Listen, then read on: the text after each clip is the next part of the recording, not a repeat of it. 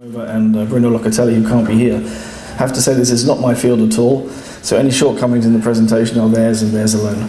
So basically I'm going to introduce some work that they've been doing on ecosystem-based adaptation, focusing on a literature review to develop the scientific evidence for EBA, with a view to using this evidence to move EBA from concepts to action. I think the last speaker touched on that very cogently.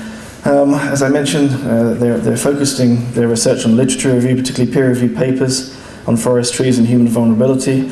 And from their review, and there's a paper in press online now in the journal Climate Change, they've identified 6 major stories that have emerged from this particular review. And here they are. Essentially, and I'm going to touch on these one by one as we progress through the talk.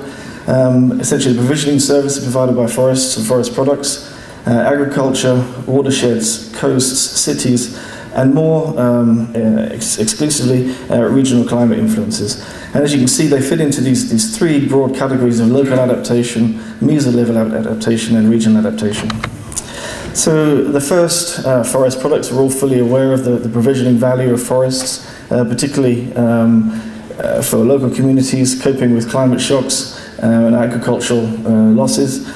And there's been a strong sense of the understanding of livelihood diversification, and I'll give you an example from other CIFOR research, the Poverty and Environment Network, which shows that up to 1/5 of household income is generated from diverse forest products and forest-based strategies.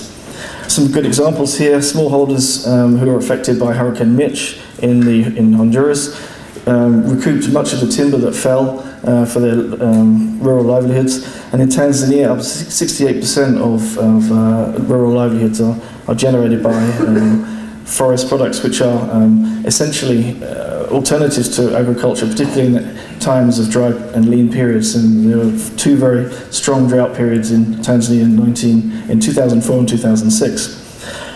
There are issues here related to the idea that such products are a poverty trap, whether that's true or not, has been the subject of much debate within CIFOR and other organisations.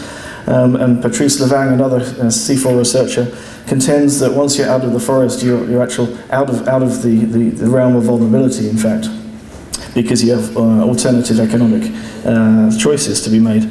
Sustainability of natural resources is also a major issue.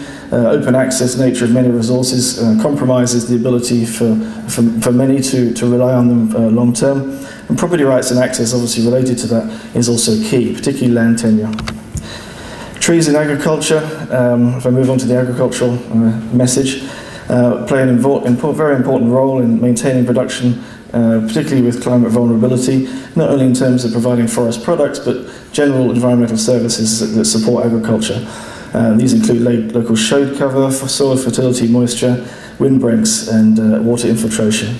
Some very good examples in Malawi with agroforestry with the deciduous Phaidherbia, which allows good light penetration to the lower canopy, and cultivated in collaboration with maize and other forest low agricultural products, provides a very nice example of agroforestry systems with broad-based agriculture. And the nitrogen-fixing species Sclerocidea is also a very good example. In Mexico, trees play a very important role in the coffee industry, and that's been well documented. But there are trade-offs in this particular category as well. You're compromising production with resilience, and the issue of yield gaps especially has been particularly mentioned in the context of tree-based agriculture. Watersheds, some controversial research here, both in Indonesia and also related to the conjecture related to the forests and floods hypotheses. But essentially watersheds are important for regulating base flows, particularly in dry seasons, peak flows, obviously in periods of intense rainfall, and stabilising soil. Some very good examples here that have been found by the research team in Flores in Indonesia. Agrarian communities show, particularly those in the proximity of forested watersheds, show higher impacts and higher profits from agriculture where they're affected by drought. And the regulatory aspects of forests and trees in proximity to those have proved to be somewhat beneficial. And in the Philippines, cyclone damage linked to watershed deforestation is also a very important issue. As I mentioned before, there's some trade-offs between services in terms of regularity and less total water, and this is particularly important in terms of hydropower, and there's a lot of work being undertaken in the Lower Mekong looking at this particular aspect. And I mentioned earlier when I first entered this slide, there's somewhat dubious evidence to suggest that a number of controversies related to the forest and floods hypothesis seem to resonate in the literature, and CIFOR has been quite actively involved in that debate. Coasts, we heard a considerable amount about the importance of mangroves and coastal forests in the last talk. We accept and acknowledge that they absorb and dissipate wave energy and stabilise coastal land and provide some protection to coastal storms. Some good examples here are the cyclone protection that was afforded in Orissa. Villages that were situated behind mangroves suffered a much less loss of life and property during the 1999 cyclone, and in Vietnam, planting trees along dikes, mangroves especially, has provided significant economic benefits per hectare. But understandably, extreme events they don't provide too much protection, and we could see that from the 2004 tsunami in northern Indonesia, and obviously similar events like it. Cities, this is a bit of an outlier, I thought, but it's quite an interesting aspect of reading the background paper to this talk. Urban forests play an important role in regulating temperature and runoff, particularly for urban settlements that are dominated, as we know, by concrete and often poor draining facilities, providing shading, cooling and rainwater interception. And some very good examples, Manchester in the UK, by introducing a much more green-oriented policy, trees reduce the volume of surface runoff by 5 to 6%. In New Jersey, reducing the urban heat island effect essentially reduced urban temperatures as well. But there are issues of opportunity costs. It's an expensive aspect, incorporating trees into cities, and the greening of most urban areas is prohibitively expensive.